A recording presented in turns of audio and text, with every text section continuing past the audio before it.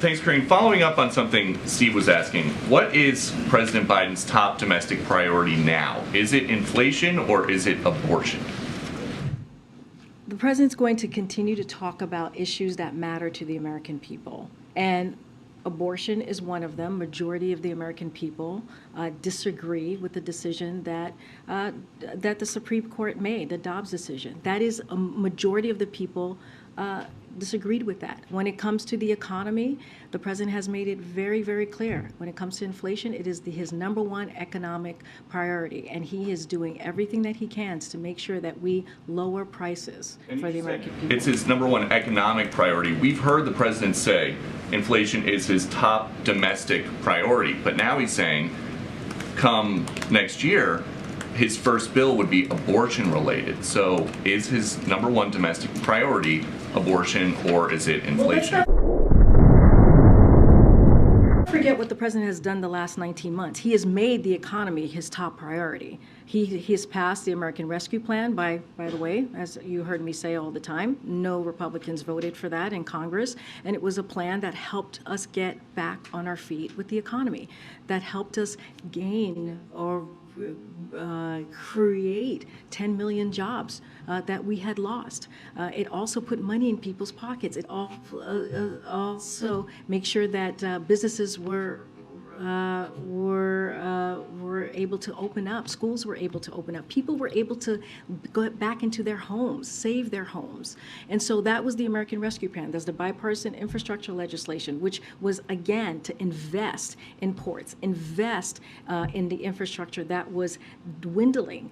And so that is something that he did. The Inflation Reduction Act, that is lowering cost for the American people. He is working on the economy every day. I just announced yesterday, or we just announced yesterday, hearing aids. 30 million people are going to benefit from hearing aids, saving thousands of dollars a year. So that's working on the economy every day. So you said he's been working on the economy every day for 19 months. Now Bloomberg economists are forecasting a 100% chance of a recession. So how is it that we can be barreling towards a recession and the economy is, as the president says, strong as hell?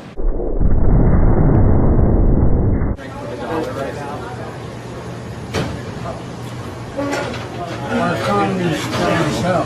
As the president says, strong as hell.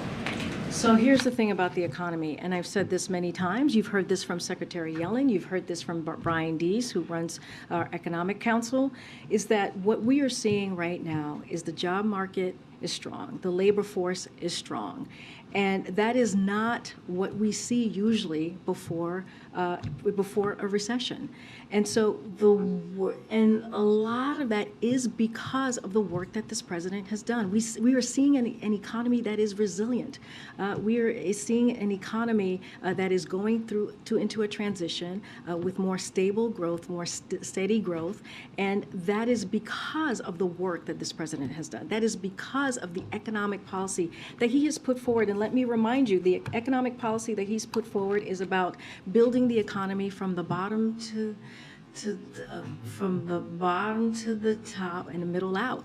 And that is so important because it means that we leave no one behind.